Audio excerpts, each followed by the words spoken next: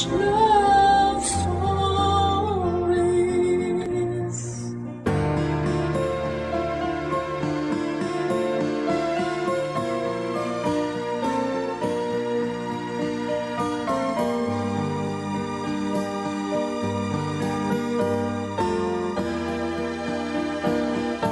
Sa baluktot na realidad ng mundo, mas madali pang magsinungaling kaysa magsabi ng katotohanan. Minsan, sa galing manloko ng iba ay naging libangan na nila ang pagmamanipula sa kapwa. Ikaw kabarangay, may kilala ka bang magaling magsinungaling para magmukha silang mabuti sa paningin ng iba? Dear Papa Dudut, magandang araw po sa inyo. Ako po si Eros, 37 years old na ngayon at electronic engineer sa isang manufacturing company dito sa Pampanga. Nakatapos po ako ng college sa tulong ng tita kong nasa abroad. Hiwalay na po kasi ang mga magulang ko at kumikita naman si nanay sa paglalabada. Pero kulang na kulang pa rin yon para sa amin. Sa bayarin pa lamang sa kuryente at tubig ay hirap na ang nanay ko. Si tatay naman ay hindi na nagbibigay ng suporta sa amin mula noong sumama na siya sa kabit niya. Matagal-tagal akong naging tambay matapos makagraduate, Papa Dudut. Masipag naman ako sa mga gawaing bahay kaya halos hindi rin napapansin ni nanay ang pagiging tambay ko. Marami naman akong nakikitang hiring sa mga job site online pero tuwing tinitingnan ko yung qualifications nila, nagba-back out kaagad ako. Kaya naman naging libangan ko na lamang noon sa bahay ang pakikipag-chat sa mga dati kong kaklase. Mahilig din akong sumali sa mga group chat ng mga single at doon ko na nga po nakilala si Yana. Maganda siya at may kaya ang pamilya niya. Kakabreak lamang nila ng boyfriend niya at naging karamay niya ako noon. Naging magkaibigan kami ng mahigit 1 buwan at pagkatapos noon ay sinubukan ko na siyang ligawan. Pero bago niya ako sagutin ay hiniling niya na magkita muna kaming dalawa, Papa Dudut. Nakipagkita ako kay Yana gaya ng hiling niya. Agad naman niya akong sinagot at mabait siya at galante. Palagi siyang nagbibigay sa akin ng kung ano-anong regalo kahit na wala namang okasyon. Hindi ko naman inililihim sa kanya ang estado ng buhay namin. Wala namang problema yon sa kanya dahil hindi naman daw niya hinahangad na magkaroon ng boyfriend na mayaman para may manlibre sa kanya. Noong 3 buwan na kami ni Yana, may nakilala naman ako sa isa sa mga group chat na sinalihan ko, si Jillian. Maganda siya, mas masayang kausap at mas galante. To the point na pati groceries ko ay sinasagot na niya. Kagaya ni Yana, napaniwala ko rin siya sa mga katangian kong hindi naman totoo. Lalo na sa mga achievement ko na agad niyang nagustuhan sa akin, Papa Dudut.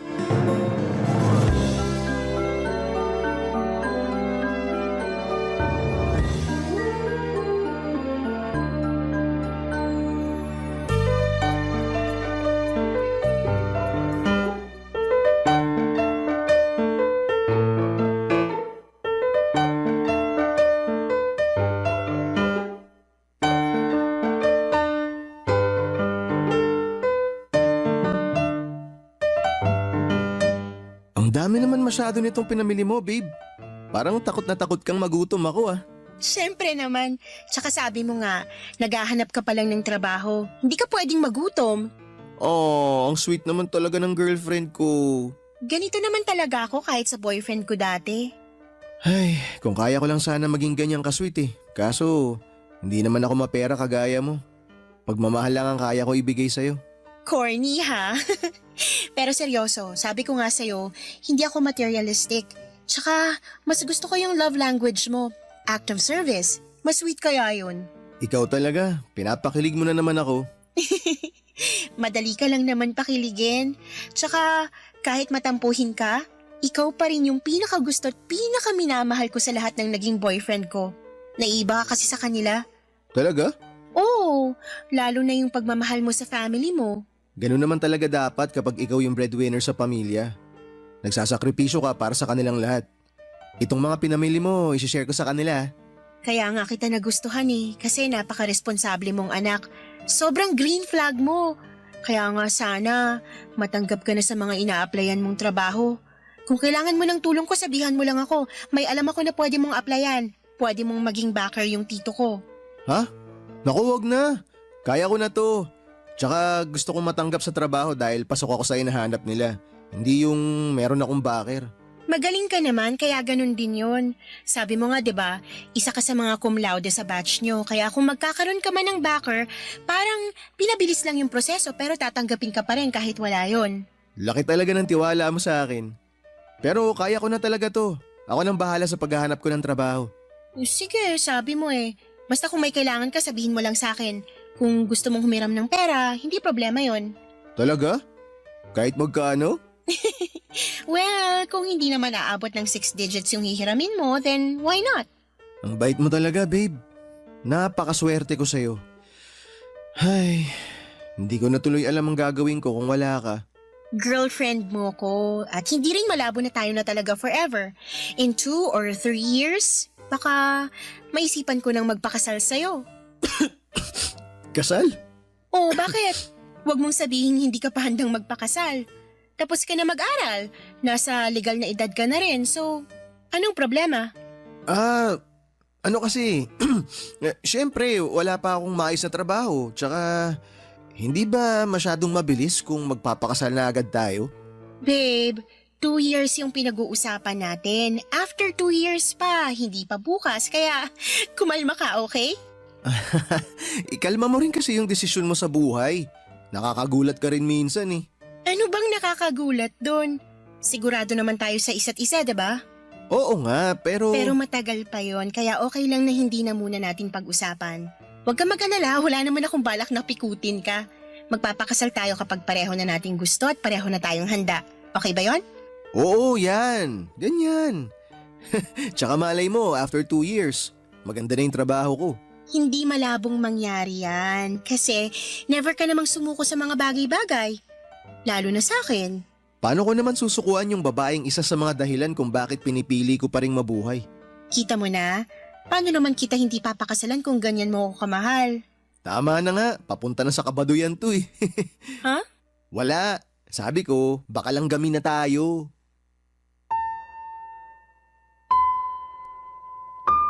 Papa Dudut, gusto ko naman talaga si Jillian pero aaminin ko na kahit kami na noon ay hindi pa ganon kalalim ang nararamdaman ko para sa kanya.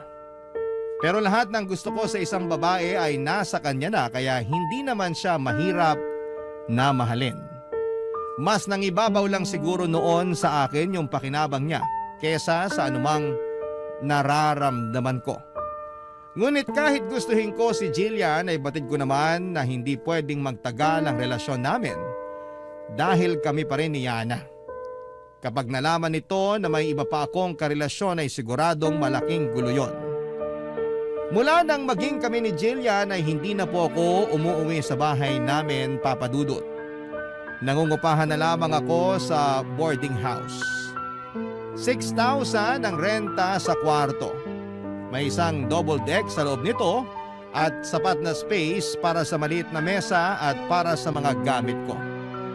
Yung mga perang nakukuha ko kina Jillian at Yana ang pinanggagastos ko sa sarili ko at pang-upa ko doon sa kwarto. Nang malaman ni Joni na malapit lang sa pinapasukan niya ang boarding house ay nakihati siya sa akin sa renta para makatipid at hindi masyadong mapagod sa biyahe. Pero hindi yun alam ng dalawang girlfriend ko. Ang alam nila, umuwi ako sa amin at tinutulungan ko ang pamilya ko. Nag-aabot naman po ako noon kay nanay kahit kaunti para makatulong kahit papaano, pero mas malaki talaga ang gastos ko, lalo na kung para sa aking skincare routine. Malinis at maalaga po ako sa katawan, kaya kahit nadadagdagan ng edad ko ay hindi yon nahahalata, Papa Dudut. Sa mga unang buwan na pinagsasabay ko sina Yana at Jillian ay medyo naging smooth pa yon dahil wala naman silang nahahalatang kakaiba sa ikinikilos ko. Isa pa ay patas din ako sa kanila pagdating sa oras. Mabuti na lamang at pareho silang may trabaho kaya hindi kami madalas na nagkikita. Pero yung kaibigan ko ang tila konsensyang palaging bumubulong sa akin. Papa Dudut.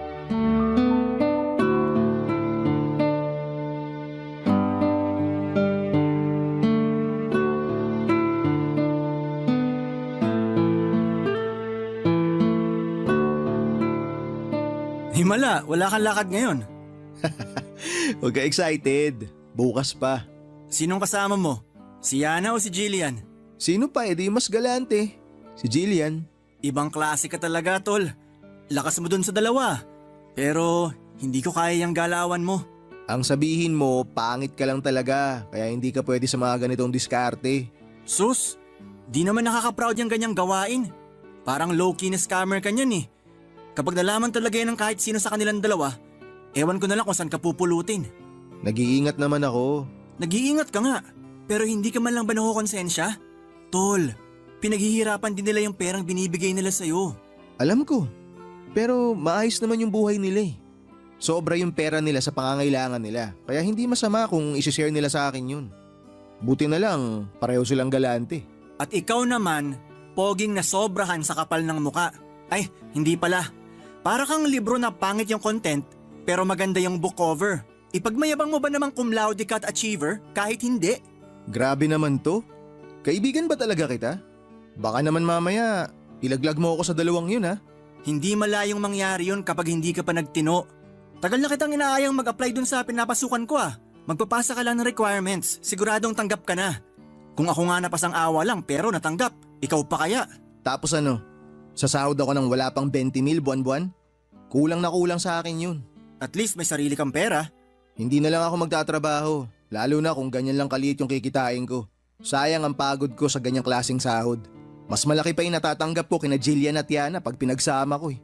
Maswerte ka kasi may inaasahan ka pa sa kanila. Pero paano kung nagsawa na yung dalawang yun? Tol, ikaw yung lalaki. Ang pangit namang tingnan kung sila na lang palagi yung gumagastos para sa'yo. Eh ikaw lang yung nakakaalam sa ginagawa ko, di ba? Kaya wala akong dapat na alalahanin. Sa ngayon oo ako pa lang. Pero kapag may iba nang nakaalam nito, tapos yung kalokohan mo. Pati ikaw, tapos ka rin.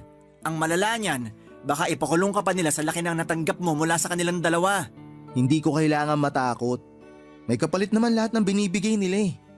Pinapasaya ko sila. Alam mo, hirap kasi sa kanilang mapipera. Masyadong malungkot yung buhay. Siyempre, ako tong walang-wala pero handa naman akong pasayahin sila. Gets mo? Kita mo naman, di ba? Hulog na hulog silang dalawa sa akin.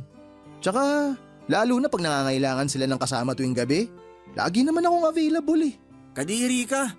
Kulang na lang maging pokpok ka dyan sa ginagawa mo. At least, hindi ko na kailangan ng mamasang. Hindi ko kailangan tumambay sa kalye tapos may bubugaw sa akin. Babae na mismo ang lumalapit. Kaya kung ako sa'yo, manahin mo tong style ko. Walang kapagod-pagod at walang kahirap-hirap, pero buhay na buhay. In short, batugan ka. Praktikal pare, hindi batugan. Praktikal. Kung ipaglalaban mo yan, ngayon pa lang mag-ipon ka na ng pampiyansa. At kung di mo kaya, dadalawin na lang kita ron.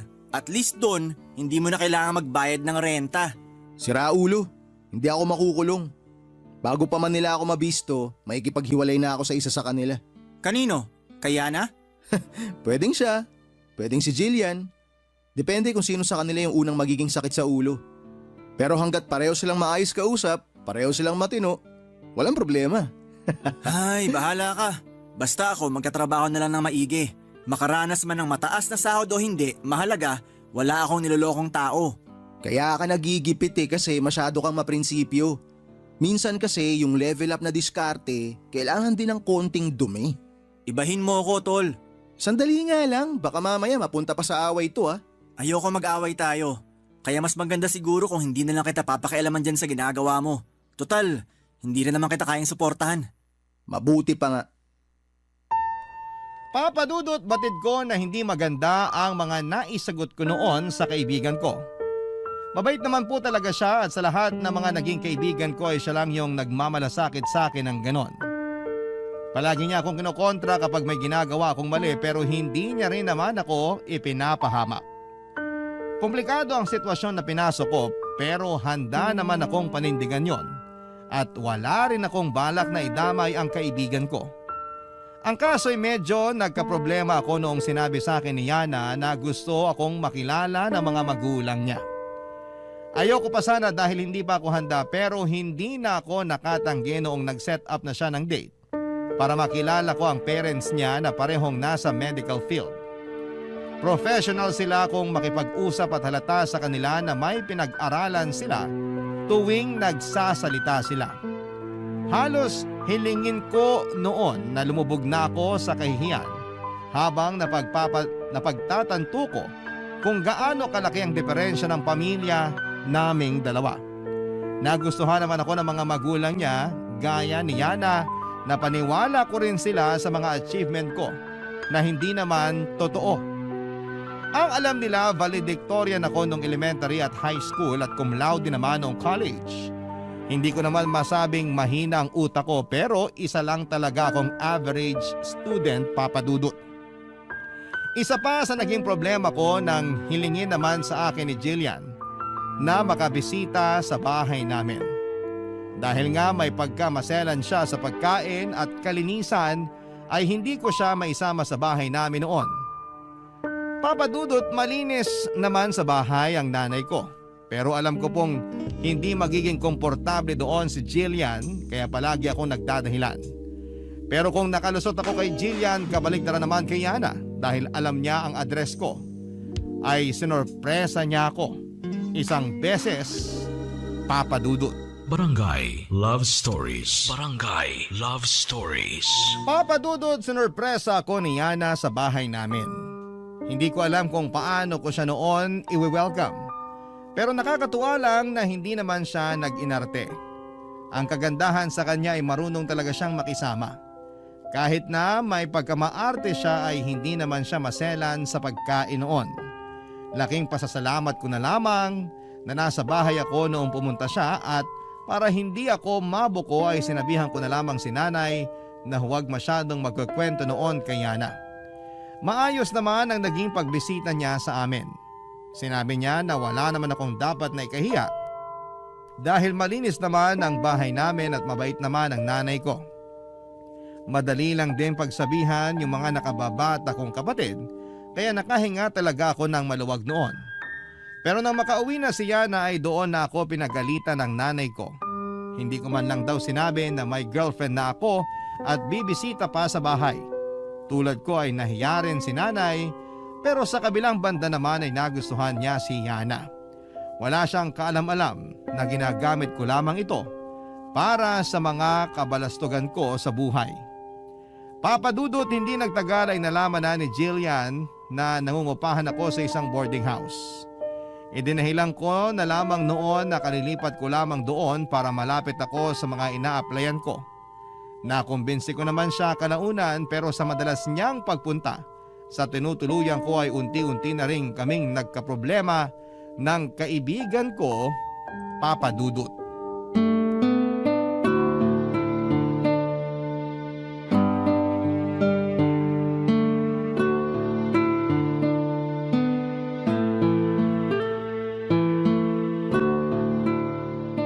Uy, tol. Parang ang tahimik mo naman yata masyado. Maninibago ako sa'yo. Nasabi ko na nung nakaraan na hindi na ako makikialam sa mga ginagawa mo. Pero tol naman, kahit konting respeto lang naman sana. Anong pinagsasabi mo dyan? Yung madalas sa pagpunta ni Jillian dito, wala namang problema sa akin hanggat hindi ako nakakagambala sa privacy nyo. Pero yung nangyari kagabi, hindi na tama yun tol. Nasa iisang kwarto lang tayo at double deck pa tong hinihigaan natin. Kahit hindi ko kayo nakikita kasi nasa itaas ako, alam ko kung ano yung ginagawa nyo. Yun ba? Pasensya na tol. Hindi lang talaga napigilan. Kung gusto nyo maglampungan, mag-check-in na lang kayo. Sa halip na makapagpahinga na ako pag uwi ko rito, napupuyat pa ako sa pag-alog ng higaan ko. Pasensya ka na talaga. Hindi ko naman kasi mapagsabihan si Jillian na wag na muna pumunta rito eh. Kung gano'n naman pala, edi sana sinabi mo kaagad sa akin. Pwede naman ako maghanap ng malilipatan. Kaya ko mag-adjust basta may maayos lang na usap. Hindi yung nagbabastusan tayo rito. Teka nga sandali tol. Ano yung sinasabi mong nagbabastusan? Parang sobra ka naman yata magsalita. Ako? Sobra? Nakita mo ba ako nagdala ng babae rito? Tapos nakipag-sex this oras ng gabi habang nagpapahinga yung kasama ko sa kwarto? Tol, May pagkamaloko rin ako, pero may respeto ko sa mga taong kasama ko. Kapag alam ko nga na kailangan nyo ng privacy, lumalabas na lang ako minsan eh. Pero ikaw, parang nakalimutan mo nang makisama. Eh di ikaw na marunong makisama. Isa lang naman ang solusyon dyan eh. Kung di mo na ako kayang pakisamahan, eh di umalis ka na. Alam mo, sa totoo lang, hindi pa kikisama yung kailangan mo ngayon. Ang kailangan mo, yung taong kasing bastos mo. Tsaka sa pagkakaalam ko, may karapatan naman ako magreklamo kasi nagbabayad din ako ng renta dito. Pero sige, para wala nang gulo, aalis ako. Pagbigyan mo lang ako kahit hanggang sa Sabado. Pagka-uwi ko, hahanap na ako ng malilipatan ko. Yan, ganyan. Tama yan. Baka sakaling kapag mag-isa ka na, maintindihan mo na rin ako. Naiintindihan kita. Kahit nga hindi ka nakainti-intindi, ako na lang yung nagpapasensya. Ang kaso, masyado ka na nagiging mayabang at makasarili. Alalahanin mo tol, hindi mo sariling pera yung ginagasta mo. Kung yung mga bagay nga na pinaghirapan, mabilis lang mawala. Yung sayo pa kaya na galing lang sa dalawa mong jowa? Heto na naman tayo sa mga lecture mo eh. Tapos na tayo mag-aral, Junie. Tigilan mo ako sa mga ganyan mo. Pero natuto ka ba? Sa ginagawa mo para kang walang pinag-aralan eh. Buti pa nga yung mga tindera sa bangketa, yung mga kargador sa palengke. Nagtitiis sila kahit maliit lang yung kinikita, pero marangal naman yung trabaho nila. Samantalang ikaw na may pinag-aralan, nagpapalaki lang Isang beses pa na insultuin mo ako, kakalimutan ko talaga na magkaibigan tayo. Talaga? Sige, walang problema. Mas mabuti pa ngang hindi tayo magkaibigan. Hindi ko na kailangan magtago ng kagaguhan mo sa buhay. Bakit? Magsusumbong ka kina Yana at Jillian? Paano kung gawin ko nga? Subukan mo! Para makita mo kung paano ko basagin yung mukha mo. Talaga? Para lang sa luho mo mananakit ka ng kaibigan? Umalis ka na! Huwag mo nang hintayin na magsabado. Hindi ko na kaya makasama yung katulad mo rito. Hakutin mo ni mga gamit mo. Mabuti pa nga. Pero pag alis ko rito, hindi ibig sabihin nun tapos na yung problema mo. Kahit hindi ako yung magsabi kina Yana at Jillian, malalaman pa rin nila na niloloko mo lang silang dalawa. Papa Dudut, hindi na kami nagpansinan pa ni Junie mula ng gabing nag-away kami. Lumipat na siya sa inuupahan pero wala na akong naging balita sa kanya matapos noon. Dahil sa ugali ko ay nawalan ako ng mabuting kaibigan. Isa pa, kahit na ibibigay pa rin ng dalawa kong girlfriend lahat ng pangangailangan ko ay hindi ko pa rin magawang maging masaya. Naisip ko kasi na hindi na lang yon tungkol sa nasirang pagkakaibigan namin ni Junie, kundi dahil sa kinakain na rin ako ng konsensya ko. Gustuhin ko mang ayusin ang buhay ko ay hindi ko naman alam kung papaano ko yon sisimulan. Mula nang umalis si Junie ay doon ko lang naisip lahat ng mga sinasabi niya at napagtanto ko na tama nga siya, Papa Dudut. Matagal kong pinag-isipan yung magiging desisyon ko ng panahong yon. Hanggang sa umabot na ako sa puntong desidido na akong ayusin ang buhay ko. Pero kahit pareho kong gustong hiwalayan ang dalawa kong girlfriend, hindi ko na mahiwalayan si Yana dahil bukod sa kilala at gusto na siya ng nanay ko para sa akin, ipinakilala na rin niya ako sa mga magulang niya. Ito pang nakakahiya sa totoo lang. Nang malaman ng mga magulang ni Yana na hindi pa ako nakakahanap ng trabaho ay napilitan akong mag-apply sa kumpanyang nirekomenda ng kanyang ama. Dumating ang araw na nakipaghiwalay ako kay Jillian. Ayaw niyang pumayag nung una pero noong ako na mismo ang umiwas sa kanya ay wala na rin siyang nagawa pa. Alam kong nasaktan siya sa ginawa ko pero mas lalo lang naman siyang masasaktan kung hindi ko pa gagawin yon. Nagkaroon ako ng trabaho at pinanindigan ko yung relasyon namin ni Yana. Pumayag na rin ako noong minsan naming mapag-usapan na magpakasal na. Pero dumarating pa rin talaga noon ang pagkakataon na nagkakaproblema kami bilang mag-asawa. Isa pa, kahit na anong gawin kong pagpapakatino ay bumabalik pa rin ako sa dati kong mga gawain, Papa Dudut.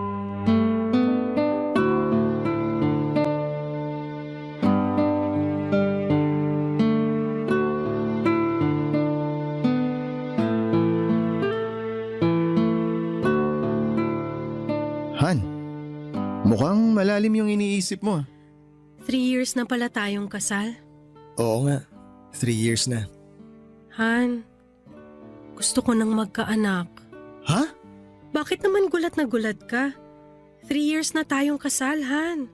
Tsaka gustong-gusto na rin ni mami at daddy ng apo. Pagbigyan naman natin sila. Han naman, hindi pa ganun kalaki yung ipon ko. Hindi ko pa kayang gastusan yung para sa panganganak mo pag nagkataon. Buti sana kung papayag ka ng mga anak sa public hospital. Kung pera lang yung pinoproblema mo, ako nang bahala ron. Tsaka sa tingin mo ba, papayag yung parents ko na mga anak ako sa public hospital? O tapos ano? Sasabihin ng mga magulang mo na ako yung asawa mo pero sa kanila ko inaasa yung gasto sa panganganak mo. Bakit ba parang ang sama-sama ng tingin mo sa parents ko? Kasi magkaiba tayo ng estado sa buhay. Ako galing ako sa sobrang hirap na pamilya. Kayo, ni minsan sa buhay nyo, hindi kayo nakapag-ulam ng toyo at mantika.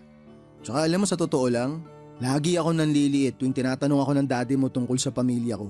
Wala namang kaso sa amin kahit na mahirap kayo.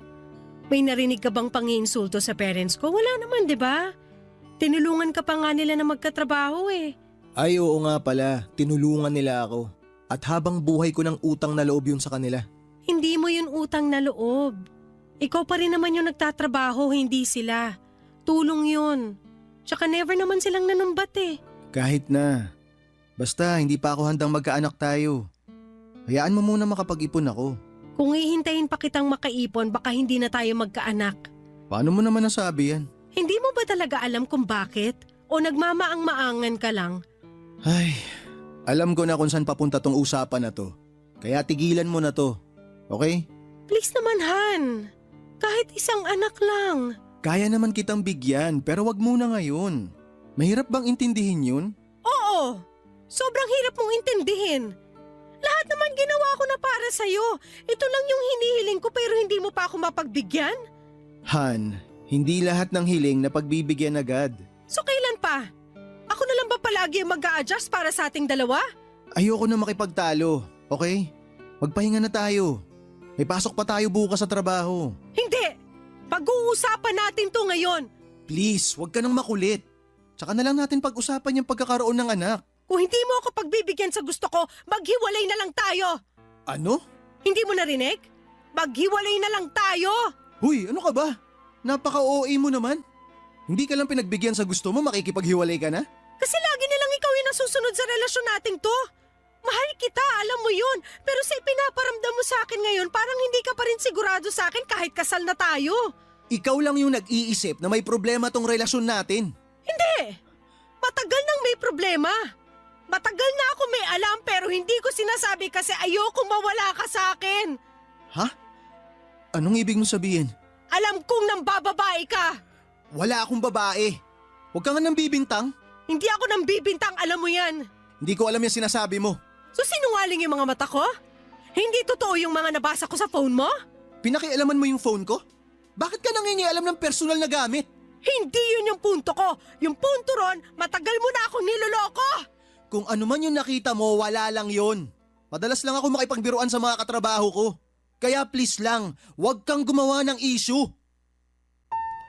Papa Dudut, dahil sa naging pagtatalo namin noon ni Yana ay matagal din kaming hindi nagkibuan. Iniwasan naman niyang makarating pa yon sa mga magulang niya dahil alam niyang makikialam ang mga ito sa aming dalawa. Pinag-isipan ko naman ang hinihiling niya pero hindi ko pa talaga nakikita ang sarili ko noon na magkakaroon na bumuo na ng pamilya. Isa pa pagkatapos ng kasal namin ay napag-usapan naming hindi muna kami magkakaanak. Kaya naman nagulat din ako nang bigla na lamang yung hiniling sa akin ni Yana. Pero aaminin ko po Papa Dudut, tama naman si Yana. Tama ang ibinibintang niya sa akin na hanggang sa pagkakataong yon ay nambababae pa rin ako. Ginagawa ko pa rin noon yung ginagawa ko sa kanilang dalawa ni Jillian. Gaya ng sinabi noon ni Junie, para akong libro na hindi naman kaaya-aya ang laman pero may magandang book cover. At yung book cover na yon ay lahat ng kasinungalingan ko para magmukha akong kagusto-gusto at perfect para sa mga babaeng pinopormahan ko. Kaya madali ko silang mapa-impress. Pero sa katagalan ay unti-unti akong kinarma, Papa Dudut. May nakaaway ako noon sa trabaho at nagkasakitan kami. Yon ang naging dahilan kaya natanggal ako sa kumpanya. Hindi ko yon pinaalam kay Yana at sa halip na maghanap ng bagong trabaho ay nakipagkilala na lamang ulit ako sa mga babaeng alam kong makakatulong sa akin sa pinansyal na aspeto ng buhay ko. Mas nahihiya kasi ako sa mga magulang ni Yana kesa sa kanya mismo. Ayoko naman na wala akong pang-share sa mga gastusin namin sa bahay. Lalong ayoko na mapansin ni Yana na wala na akong trabaho. Kaya araw-araw ay umaalis pa rin ako sa bahay, Papa Dudut. Noong kasagsagan ng kasinungalingan ko na yon ay naisip ko na hanapin ang social media account ni Jillian, Papa Dudut. Naisip ko na magiging maganda kung magkakaroon kami ng koneksyong dalawa. Barangay Love Stories. Barangay Love Stories. Papa Dudut, muli kaming nagkausap ni Jillian. Akala ko nga ay magagalit siya sa akin dahil sa pakikipaghiwalay ko noon. Pero hindi ganon ang nangyari. Nakipagkita siya sa akin para makapag-usap kami ng mabuti. Nagkaroon naman daw siya ng boyfriend noong nagkahiwalay kami pero hindi rin sila nagtagal. Sa dami ng pinag-usapan namin ay wala ni isa sa mga naikwento ko ang katotohanan. Naniwala naman siya na wala pa rin akong napupusuan noong time na yon. Siyempre hindi ko sinabi sa kanya na asawa ko na si Yana. Yung tungkol naman sa pagkakatanggal ko sa trabaho, ang sabi ko ay kusa ako nag-resign dahil pinag-iinitan ako doon. At sa ilang oras lang ng pag-uusap namin ay parang bumalik kaagad kami sa dati. Gusto niya na magkabalikan ulit kami noong sinabi kong single pa rin ako. Siyempre hindi naman ako tumanggi sa kanya, Papa Dudut. Yun naman talaga ang gusto kong mangyari. Ang maging kami ulit at matulungan niya ako sa problema ko sa pera. Ilang buwan ding nagpatuloy ang relasyon namin ni Jillian nang hindi nalalaman ni Yana. Hindi pa rin kami noon nag-uusap ng asawa ko pero ang alam niya, kinananay muna ako umuuwi habang hindi pa kami nagkakaayos. Hindi niya alam na madalas na akong tutulog sa kondo ni Jillian at halos doon na nga ako tumira. Pero Papa Dudut, kahit na anong pagsisinungaling ang gawin ko, darating at darating pa rin talaga ang karma.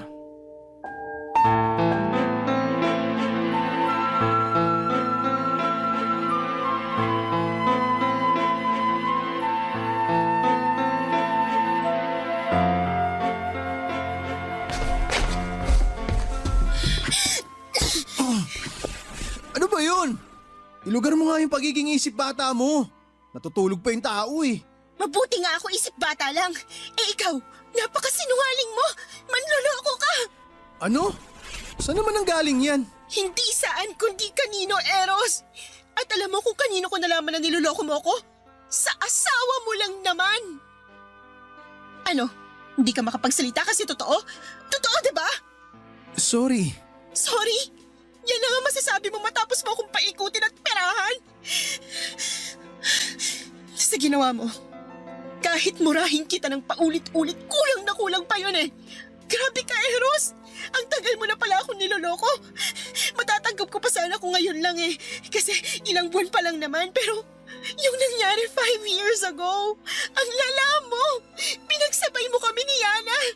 Sinabi niya yun sa'yo? At bakit hindi? Niloko mo rin siya. Sinabi niya sa akin na may relasyon na kayo 5 years ago pa. So anong ibig sabihin nun, ha?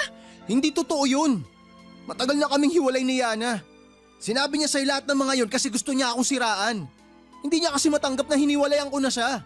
Pati ba yung kawalan mo ng trabaho, paninira niya lang din? Ginawa mo na akong tanga noon kaya hindi mo na ako mapapapaniwala ngayon. Huwag kang maniwala kay Yana, please. May sakit sa pag-iisip yun. Hindi niya alam kung ano yung mga sinabi niya sa'yo. Yun nga yung dahilan kung bakit ko siya hiniwalayan eh. Kasi wala na siya sa katinuan. Siya ba talaga yung wala sa katinuan o ikaw? Jillian, makinig ka naman sa akin, please. Ayoko na! Ayoko nang makinig sa mga kasinungalingan mo. Alam ko paiikutin mo lang ako ulit. Hindi kita pa iikutin. Ang kailangan ko lang makinig ka muna sa akin. Kahit sandali lang. Makikinig ako sa'yo kung magsasabi ka na ng totoo.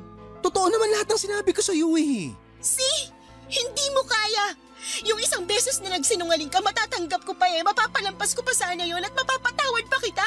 Pero yung maraming beses ka nang nagsinungaling sa akin, hindi na normal yun. Baka kailangan mo ng masampal ng paulit-ulit para ma-realize mo kung gaano ka kasinungaling. Bakit ba ayaw mong maniwala sa akin? Alam mo, sana humahaba yung ilong mo kada nagsisinungaling ka para malaman agad ng mga babae na manloloko ka at wala ka nang mabiktima. Sabihin mo nga sa akin, ilan na kami ha? Ilan na kaming mga babaeng napaikot mo at napaniwalang napakabuti mong lalaki? Kung paano mo ako nakilala nung una, yun yung totoong ako, Jillian. Wala akong ginawang mali. Hindi kita niloko. Hindi ko mahal si Yana. At wala rin akong ibang babae gaya ng iniisip mo. Eros naman! Maawa ka rin sa sarili mo. Kung ibang tao lang siguro ako, pagbabayarin kita sa ginawa mong panloloko sa akin eh.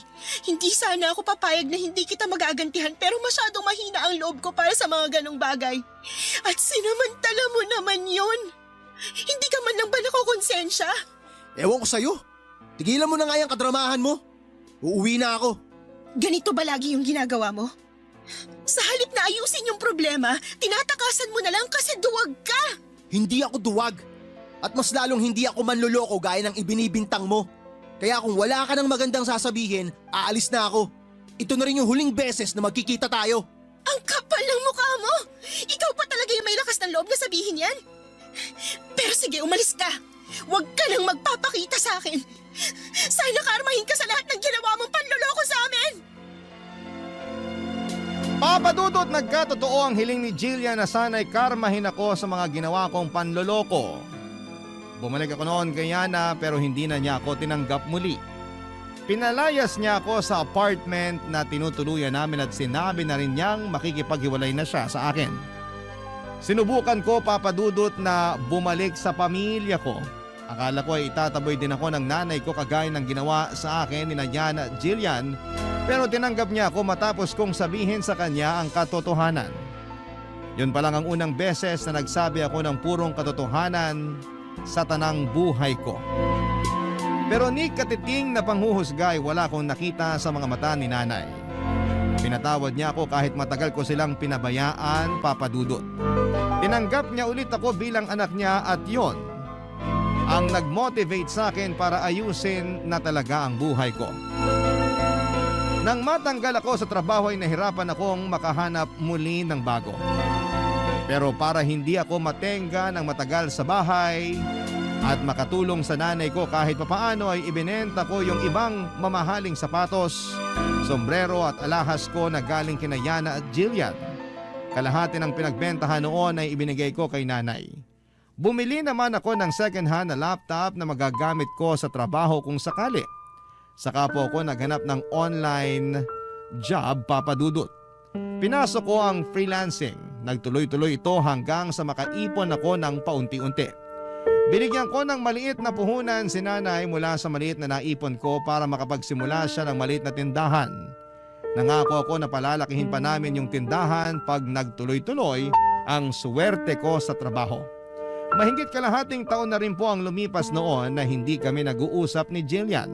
Tuluyan na kaming nawala ng komunikasyon pero hinahanap ko ang social media account niya kung saan niya ako in-unfriend.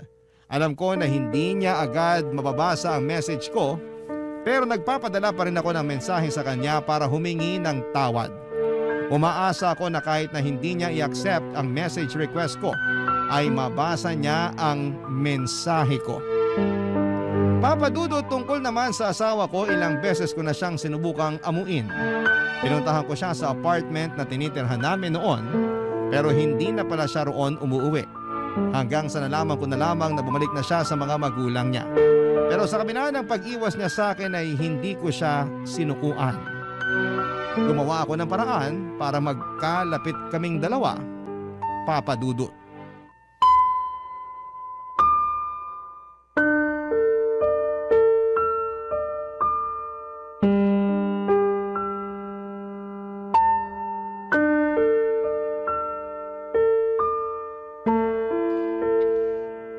Ginagawa mo rito? Alam na ng parents ko yung ginawa mo kaya hindi ka na pwede rito. Gusto lang sana kitang makausap. Gusto kong humingi ng tawad sa lahat ng mga nagawa ko sa'yo. Hindi na ako maniniwala sa'yo, Eros. Malay ko ba? Baka mamaya isa na naman to sa mga kasinungalingan mo. Han, hindi. Hindi naman kita pipiliting maniwala eh. gusto ko lang talagang humingi ng tawad sa'yo. Sa lahat ng mga panloloko ko. Kung iniisip mo yung tungkol kay Jillian, wala na kami. Siya na mismo yung nakipaghiwalay sa akin. Buti naman at hindi na siya nagpakatanga sa'yo. Nakakaawa nga siya eh. 2 beses mo nang pinagsamantalahan yung kabutihan niya.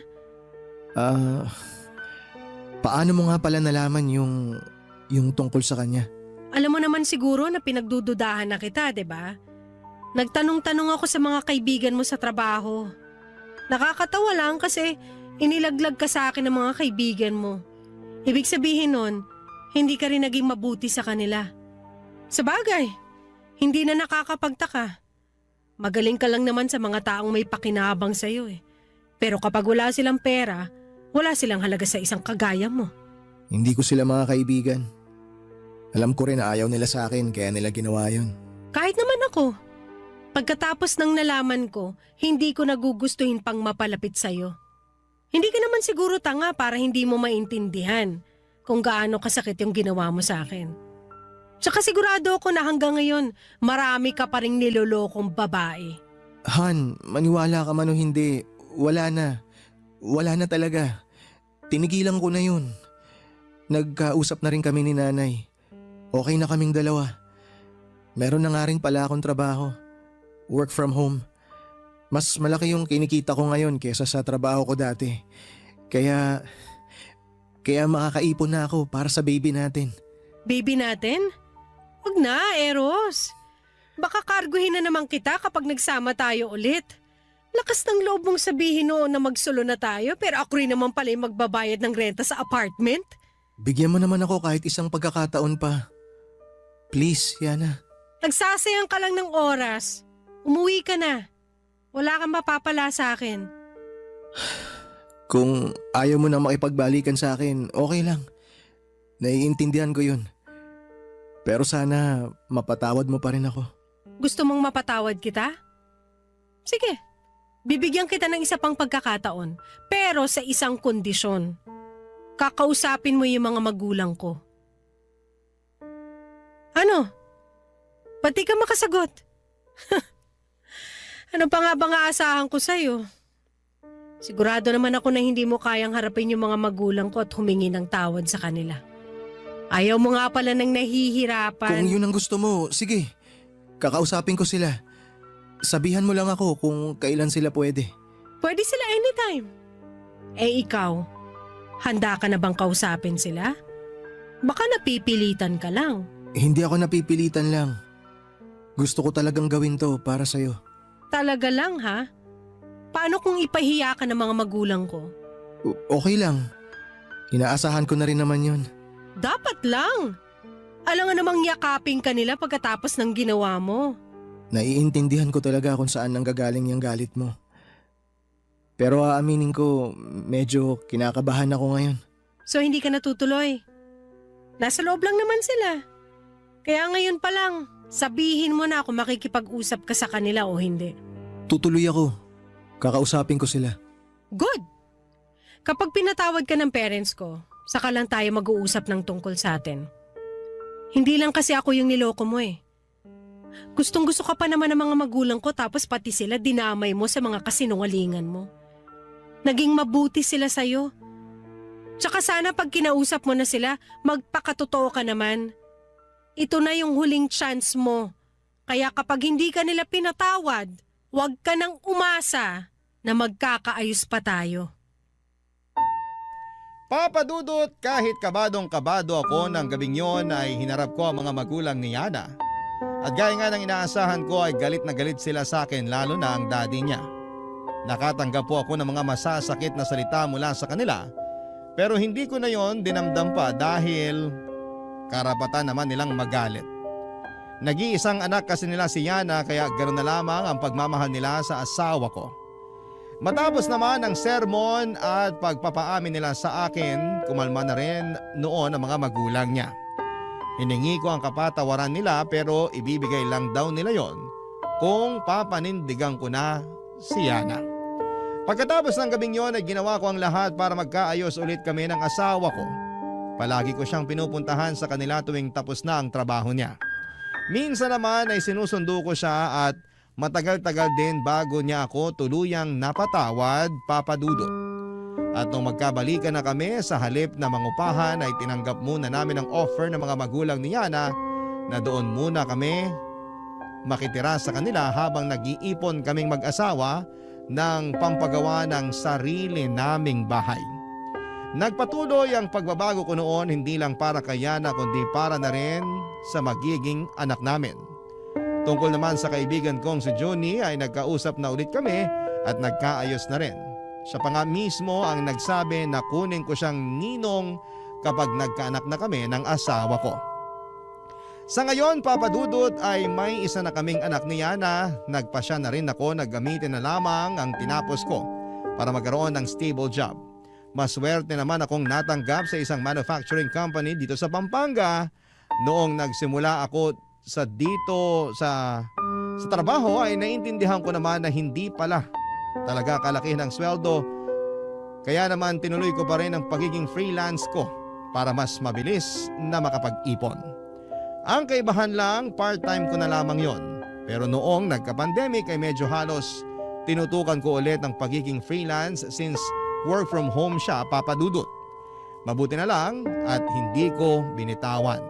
Kaya habang inaayos pa yung klase ng schedule namin sa full-time job ko ay nagawa kong rumakit sa bahay.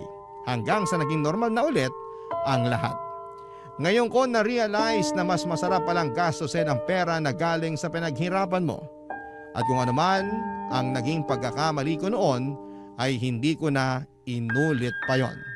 Hanggang dito na lamang po, Papa Dudut, ang kwento ko at maraming salamat po sa inyo at sa Barangay LS 97.1. Ang inyong forever kapuso at kabarangay, Eros. Nagustuhan ng iyong napakinggan? Ituloy yan via live stream sa www.gmanetwork.com/radio.